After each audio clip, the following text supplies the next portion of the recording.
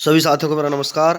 मैं Devi Singh math tutorials YouTube channel से friends आज फिर आपके लिए लेकर के आया हूँ 28 जनवरी सन 2022 daily current affairs in Hindi. आपको पता है फ्रेंड्स, हमारे यूट्यूब चैनल के माध्यम से डेली करंट अफेयर्स आपके लिए प्रकाशित किए जाते हैं जो आपके आगामी विभिन्न प्रतियोगी परीक्षाओं के लिए बहुत ही ज़्यादा महत्वपूर्ण होते हैं। चलते हैं फ्रेंड्स वीडियो की तरफ। आज का फर्स्ट क्वेश्चन है आपका, ब्रांड फाइनेंस ग्लोबल 500 रिपोर्ट के अनुसार दुनिया की सबसे मूल्यवान कंपनी कौन सी बनी है? तो एप्पल सबसे मूल्यवान कंपनी बन चुकी है, ये आपका आंसर हो जाएगा। ब्रांड फाइनेंस 2022 ग्लोबल 500 रिपोर्ट के अनुसार एप्पल ने 2022 में भी सबसे मूल्यवान ब्रांड के रूप में अपनी स्थिति बरकरार रखी है। 2022 में एप्पल का ब्रांड वैल्यूएशन $355.1 बिलियन दर्ज किया गया था, जो पिछले साल की तुलना में 35% अधिक है। यह ब्रांड फाइनेंस ग्लोबल 500 रैंकिंग इतिहास में दर्ज की गई अब तक की सबसे अधिक ब्रांड वैल्यू इस कंपनी की है। टॉप 3 मूल्यवान कंपनियों के बारे में हम आपको जानकारी देते हैं। फर्स्ट नंबर पर एप्पल है, सेकंड पर अमेजॉन, थर्ड नंबर पर गूगल है। भारतीय कंपनी टाटा समूह भारत से और दक्षिण एशिया में भी सबसे मूल्यवान ब्रांड के रूप में उभरा है। टॉप 100 में शामिल होने वाला यह देश का इकलौता ब्रांड है। टाटा समूह की वैश्विक रैंक 78 है। जारीकर्ता ब्रांड फाइनेंस ग्लोबल 500 है। एप्पल एक अमेरिकी बहुराष्ट्रीय टेक्नोलॉजी कंपनी है। स्थापना 1 अप्रैल 1976 को हुई थी। मुख्यालय कैलिफोर्निया अमेरिका में है। अध्यक्ष आर्थर डी लेविंसन है। सीईओ टिम कुक हैं। सीओओ जेफ विलियम्स हैं। नेक्स्ट क्वेश्चन है आपका, संयुक्त समुद्री अभ्यास पश्चिमी लहर XPL 2022 का आयोजन किसने किया है? भारतीय नौसेना ने किया है, सी आपका आंसर हो जाएगा। भारतीय नौसेना की पश्चिमी नौसेना कमान ने पश्चिमी तट पर एक संयुक्त समुद्री अभ्यास पश्चिम लहर का आयोजन किया जो संपन्न हुआ है। अभ्यास 20 दिनों तक जारी रहा और भारतीय नौसेना, भारतीय वायुसेना, भारतीय सेना और तटरक्षक बल के बीच अंतर सेवा तालमेल बढ़ाने के उद्देश्य से आयोजित किया गया। भारतीय नौसेना और किस देश की नौसेना के बीच पेसेक्स 2022 का आयोजन हुआ है? रूस के बीच। बहुराष्ट्रीय नौसैनिक अभ्यास मिलन 2022 का आयोजन भारत और किस देश के बीच हुआ है? तो यहाँ पर ये जो शहर का नाम है विशाखापत्तनम है। भारतीय थल सेना ने सैन्य अभ्यास दक्षिण शक्ति का आयोजन कहाँ किया है? जैसलमेर राजस्थान में किया है। त्रिपक्षीय नौसेना अभ्यास सेटमैक्स 21 किन 3 देशों की नौसेना के बीच आयोजित हुआ? भारत, सिंगापुर और थाईलैंड के बीच। शक्ति 2021 संयुक्त सैन्य अभ्यास भारत और किस देश के बीच आयोजित हुआ है? फ्रांस के बीच। पहले भारत मध्य एशिया शिखर सम्मेलन की मेजबानी किसने की है? नरेंद्र मोदी ने की है, ये आपका आंसर हो जाएगा। प्रधानमंत्री नरेंद्र मोदी जी ने 27 जनवरी 2022 को आभासी प्रारूप में पहले भारत मध्य एशिया शिखर सम्मेलन की मेजबानी की है।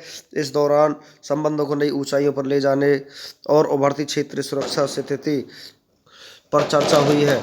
इसे वर्चुअल सम्मेलन में 5 देशों के राष्ट्रपतियों की भागीदारी देखने को मिली, जिसमें कजाकिस्तान के काज़िम जोमार्त तोकायेव, उज्बेकिस्तान के शावकत मिर्जियोयेव, तजाकिस्तान के इमोमाली रहमान, तुर्कमेनिस्तान के जी बर्डी मुहामेदोव और किर्गिज गणराज्य के सदयर जाफरोव शामिल हैं। टॉप 5 सम्मेलन से जुड़े प्रश्नों के बारे में हम आपको जानकारी देते हैं। फ्रेंड्स, किस देश की अध्यक्षता में वर्ष 2022 की ब्रिक्स शेरपाओं की पहली बैठक आयोजित हुई है? चीन की। विश्व आर्थिक मंच के दावोस एजेंडा शिखर सम्मेलन 2022 में भारत की तरफ से अध्यक्षता किसने की है? नरेंद्र मोदी ने की है। 16वें भारत डिजिटल शिखर सम्मेलन 2022 को किसने संबोधित किया है? पीयूष गोयल ने। राष्ट्रीय बाघ संरक्षण प्राधिकरण की 19वीं बैठक की अध्यक्षता किसने की है? भूपेंद्र यादव ने की है।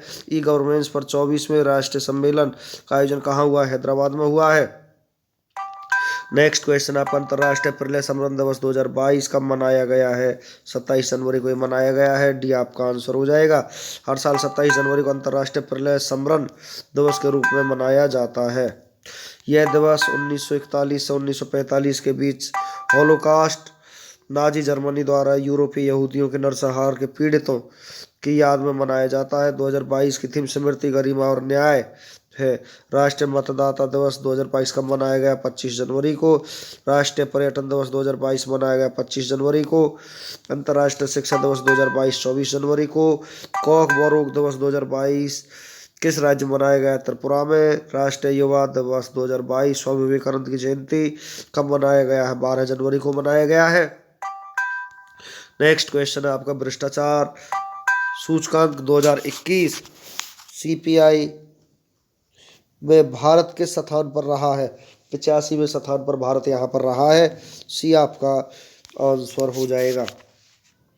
ट्रांसपेरेंसी इंटरनेशनल ने भ्रष्टाचार धारणा सूचकांक 2021 को जारी किया है, जिसमें भारत 40 के स्कोर के साथ 85वें स्थान पर रहा है।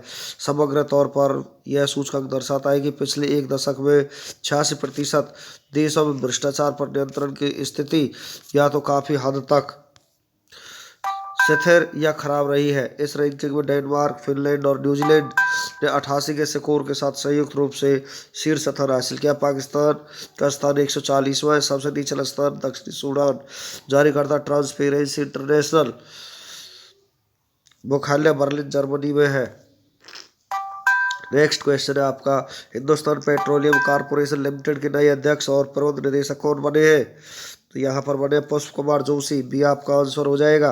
पुष्प कुमार जोशी को सरकारी तेल company Hindustan petroleum corporation limited के नए अध्यक्ष और प्रबंध निदेशक बने हैं। पुष्प कुमार जोशी मुकेश कुमार सुराना की जगह लेंगे।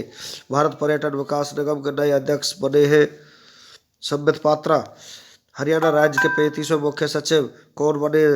Sanjeev Kaushal. E commerce company मित्रा की नई मुख्य कार्यकारी अधिकारी कौन बनी है? नंदिता सिन्हा। राष्ट्रीय रक्षा कॉलेज के नए प्रमुख कौन बने हैं? मनोज कुमार मांगो बने हैं।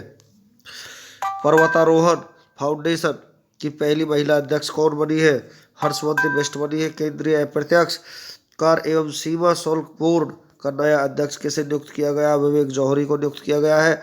किस भारतीय खिलाड़ी को परम विशिष्ट सेवा मेडल और पद्म श्री से सम्मानित किया गया है? नीरज चोपड़ा को सम्मानित किया गया है। बी आपका आंसर हो जाएगा। टोक्यो ओलंपिक में गोल्ड मेडल जीतकर इतिहास रचने वाले स्टार खिलाड़ी नीरज चोपड़ा परम विशिष्ट सेवा मेडल से सम्मानित करने की घोषणा की गई है। अब तक नीरज को कई सम्मान मिल चुके हैं। Neeraj track and field event में गोल्ड मेडल जीतने वाले पहले भारतीय एथलीट हैं। उन्होंने टोक्यो में आयोजित किए गए ओलंपिक खेलों में 87.58 मीटर दूर भाला फेंककर पदक अपने नाम किया था। 2021 में उन्हें मेजर ध्यानचंद खेल रत्न पुरस्कार से सम्मानित किया गया था। सैयद मोदी अंतर्राष्ट्रीय बैडमिंटन टूर्नामेंट 2020 का आयोजन कहाँ हुआ है? तो ये हुआ लखनऊ उत्तर प्रदेश में। डी आपका आंसर हो जाएगा। सैयद मोदी अंतर्राष्ट्रीय बैडमिंटन टूर्नामेंट 2022 में महिला एकल का खिताब पीवी सिंधु ने जीता है। एएफसी महिला फुटबॉल एशियाई कप 2022 की मेजबानी कौन सा देश कर रहा है? भारत। कौन सा राज्य पहली बार विश्व मदर T20 क्रिकेट चैंपियनशिप 2023 की मेजबानी करेगा? Kerala. Under 19 cricket Asia cup 2021 कहाँ आयोजित हुआ है? संयुक्त अरब अमीरात में ये आयोजित हुआ है। एशियाई रोइंग चैंपियनशिप 2021 का आयोजन कहाँ हुआ है? थाईलैंड में हुआ है। एशियाई युवा पैरा गेम्स 2021 का आयोजन कहाँ हुआ है? मनामा बहरीन में हुआ है। नेक्स्ट क्वेश्चन है आपका 12वां हैदराबाद साहित्य महोत्सव 2022 में अतिथि राष्ट्र कौन सा चुना गया है? यूनाइटेड किंगडम चुना गया है। सी आपका आंसर हो जाएगा। 12वां हैदराबाद साहित्य महोत्सव 2022 का आयोजन 28 जनवरी से 30 जनवरी 2022 तक ऑनलाइन होगा। हैदराबाद साहित्य महोत्सव 2022 के लिए अतिथि ट्रस्ट राष्ट्र यूनाइटेड किंगडम है। इस वर्ष हैदराबाद साहित्य महोत्सव में पंजाबी को फोकस की भाषा के रूप में चुना गया है। नेक्स्ट क्वेश्चन है आपका a little book of India पुस्तक को किसने लिखा है? रस्किन बॉर्डर ने इस पुस्तक को लिखा है। बी आपका आंसर हो जाएगा। कमाला हैरिस फेनोमेनल वुमेन पुस्तक को किसने लिखा है? चिदानंद राजघट्टा ने लिखा है। एम्स में एक जंग लड़ते हुए पुस्तक को रमेश पोखरियाल निशंक ने लिखा है। Individual empire the natural history of versus पुस्तक को लिखा है प्रलय लाल ने। John Lang wander of Hindustan slander of Hindustanis lawyer for the range पुस्तक को अमित रंजन ने लिखा है। The story of the first civilisations from Mesopotamia to the Aztecs पुस्तक को सुभद्र सेन गुप्ता ने लिखा है। महात्मा गांधी ने करो या मरो का नारा किस राष्ट्रीय आंदोलन में दिया था? भारत छोड़ो आंदोलन में 1942 में दिया था। कोसी नदी के प्राचीन नाम क्या है? कोसी की है।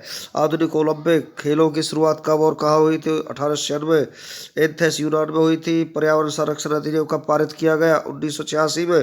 प्रसिद्ध झंडा गीत झंडा ऊंचा रहे हमारा के रचयिता कौन है? श्यामलाल गुप्त पार्षद है। अनब्रेकेबल किसकी आत्मकथा है? मैरी कॉम की। रेफ्ट घाटी का निर्माण होता है भ्रंशन से। भारतीय नागरिकता अधिनियम कब पारित किया गया? 1955 में। किसने महाबलीपुरम के भव्य रथ गुफा मंदिरों का निर्माण करवाया? नरसिंह वर्मन प्रथम ने। किसके शासन में कैप्टन हॉकिंस और सर थॉमस रो ने भारत का दौरा किया था? जहांगीर ने।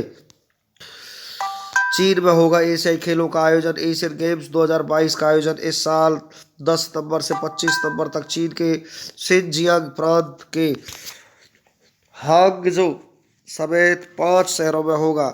यह मल्टी स्पोर्टिंग इवेंट में कुल 40 खेलों में 61 स्पर्धाएं होंगी। इसमें ओलंपिक में खेले जाने वाले तैराकी, तीरंदाजी, एथलेटिक्स, बैडमिंटन, घुड़सवारी, तलवारबाजी, फुटबॉल, हॉकी, जूडो, कबड्डी समेत अन्य खेल भी शामिल है। ई स्पोर्ट्स और ब्रेक डांसिंग भी ओलंपिक काउंसिल ऑफ एशिया द्वारा अनुमोदित होने के बाद इसमें शामिल होंगे। इस बार के एशियन गेम्स में क्रिकेट के T20 प्रारूप को भी शामिल किया गया है। इसका मतलब है कि 11 साल के बाद क्रिकेट की वापसी होगी। भारत में 46% लड़कियां एनीमिया से पीड़ित हैं। देश में 15 वर्ष से कम आयु की 46% लड़कियां एनीमिया से पीड़ित हैं। यह जानकारी जनवरी 2015 से नवंबर 2021 तक प्राप्त किए गए हेमोग्लोबिन नमूनों पर निकाले गए परिणामों के आधार पर डाटा एनालिटिक्स रिपोर्ट में सामने आई है। राष्ट्रीय परिवार स्वास्थ्य सर्वे के अनुसार भारत में आधे से अधिक 55% महिलाओं को एनीमिया की समस्या है। वहीं देश में 55% किशोरियों भी एनीमिया से पीड़ित है। देश में असम राज्य इस समस्या से सर्वाधिक प्रभावित है। यहाँ 72% विवाहित महिलाएं इस समस्या से पीड़ित है। इसके बाद हरियाणा 69.7% और झारखंड 68.4% यहाँ पर पीड़ित है। भारतीय हॉकी टीम के पूर्व कप्तान चरणजीत सिंह का निधन हो चुका है। भारतीय हॉकी टीम के पूर्व कप्तान चरणजीत सिंह का गुरुवार को 92 साल की उम्र में निधन हो गया। ऊना में उन्होंने अपने घर पर अंतिम सांस ली। चरणजीत के नेतृत्व में ही भारतीय टीम ने 1964 में टोक्यो ओलंपिक में स्वर्ण पदक जीता था। चरणजीत अर्जुन अवार्ड 1963 और पद्मश्री 1964 से भी सम्मानित किए जा चुके हैं। पीएम मोदी की पहले भारत एशिया सम्मेलन की मेजबानी। प्रधानमंत्री नरेंद्र मोदी ने गुरुवार को मध्य एशिया समिट में हिस्सा लिया। साथ ही अफगानिस्तान के घटनाक्रम पर चिंता जताई। इस बैठक में पीएम ने एकीकृत तरीके से कनेक्टिविटी और सहयोग पर ध्यान केंद्रित करते हुए अगले 30 वर्षों के लिए एक रोड मैप तैयार करने का सुझाव दिया। डीटीएच कंपनी टाटा स्काई ने अपना नाम बदला। देश की प्रमुख direct to home company Tata Sky का 18 साल बाद नाम बदलने जा रहा है। 27 जनवरी टाटा स्काई का नया नाम टाटा प्ले हो जाएगा। 19 मिलियन से अधिक एक्टिव ग्राहकों का दावा करने वाली टाटा स्काई को लगता है कि उनका बिजनेस डीटीएच सर्विस से आगे बढ़ गई है और अब इसमें फाइबर टू होम, ब्रॉडबैंड और बिंज शामिल है, जो 14 OTT सर्विस भी प्रदान करता है। फ्रेंड्स, इसी के साथ हमारा आज का वीडियो फिनिश हो जाता है। वीडियो आपको अच्छा लगा तो आप इसे लाइक करें, शेयर करें, चैनल को सब्सक्राइब करें, बेल आइकन को प्रेस करें, जिससे समय समय पर हमारे नोटिफिकेशंस आप तक पहुंच सके। धन्यवाद।